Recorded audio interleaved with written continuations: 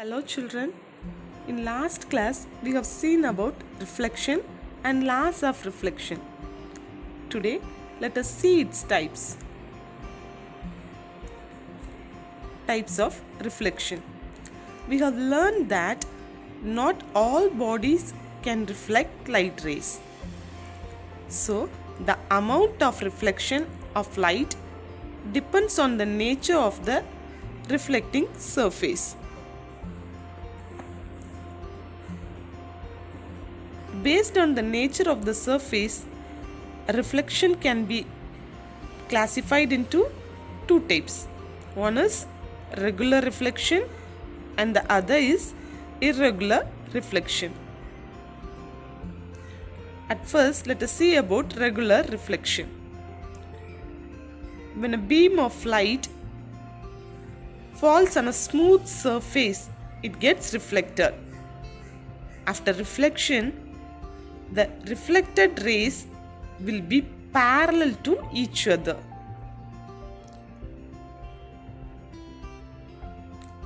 Here, the angle of incidence and the angle of reflection of each ray will be equal. Hence, the law of reflection is obeyed and thus a clear image is formed. So, we'll get the clear image once the law of reflection is obeyed. This reflection is called regular reflection or specular reflection. For example, every day we used to view our image on mirror, isn't it? It is one of the examples for regular reflection. So see this image. Reflection of light from the surface of still water.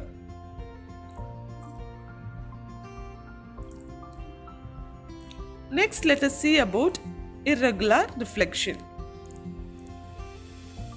In such a case, a body is having a rough or irregular surface.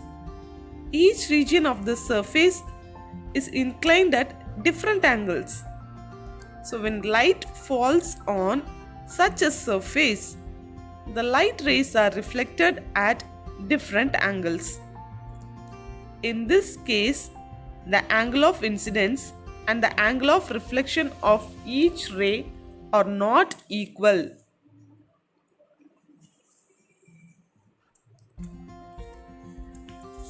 See this image? Since the water is disturbed, the image also gets disturbed. Hence, the law of reflection is not obeyed in this case and thus the image is not clear. Such a reflection is called irregular or diffused reflection. For example, we can say that reflection of light from a wall. Let us see about multiple reflections. See here. Two plane mirrors are there and they are perpendicular to each other. Now an object has been placed between them. Only one object has been placed, but we got three images. How is it possible? Since the mirrors were inclined to each other, we can see many images. Yes, this is because the image formed by one mirror acts as an object for the other mirror. The image formed by the first mirror acts as an object for the second mirror. And the image formed by the second mirror acts as an object for the first mirror. When you stand in front of a mirror, you are an object.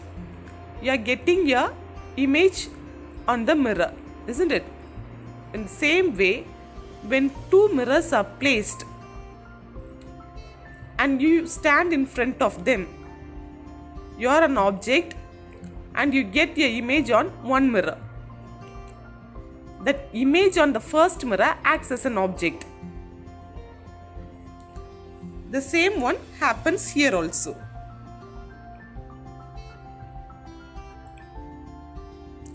Thus, we got three images of a single body. This is known as multiple reflection. This type of reflections can be seen in showrooms and saloons. The number of images formed depends on the angle of inclination of the mirrors. Yes, since it's placed inclined to each other, we got three images. If they are at different angles, the images can be increased.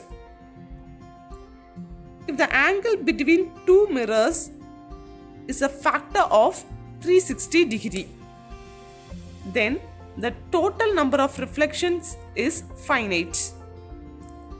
If theta, that is the angle of inclination of the plane mirrors, the number of images formed is equal to 360 degree divided by theta, that is the angle of inclination, minus 1. As you decrease this angle, the number of images formed increases. When they are parallel to each other, the number of images formed becomes infinite.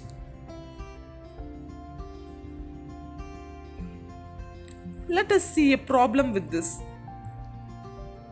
If two plane mirrors are inclined to each other at an angle of 90 degree, find the number of images formed. So the angle between the mirrors is 90 degree, that is the angle of inclination. So number of images formed. In the formula 360 degree divided by theta minus 1, substitute the value for theta. So when we divide 360 degree by 90, we get the answer as 4. So 4 minus 1 is 3. Totally 3 images are formed. Thank you.